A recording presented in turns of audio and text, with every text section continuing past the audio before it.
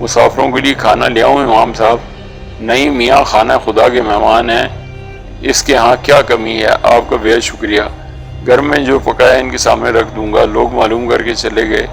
امام صاحب ہمارے قریب ہی زمین پر بیٹھ گئے، وہ بغور ہمارا جائزہ لے رہے تھے۔ پھر انہوں نے کہا جو کچھ پوچھوں گا تفسیر احوال کے لیے پوچھوں گا، جس بات کا جواب دینا پسند نہ ہو نہ دینا، برا نہ مانوں گا، مگر جھوٹ نہ بولنا خانہ خدا کے سامنے۔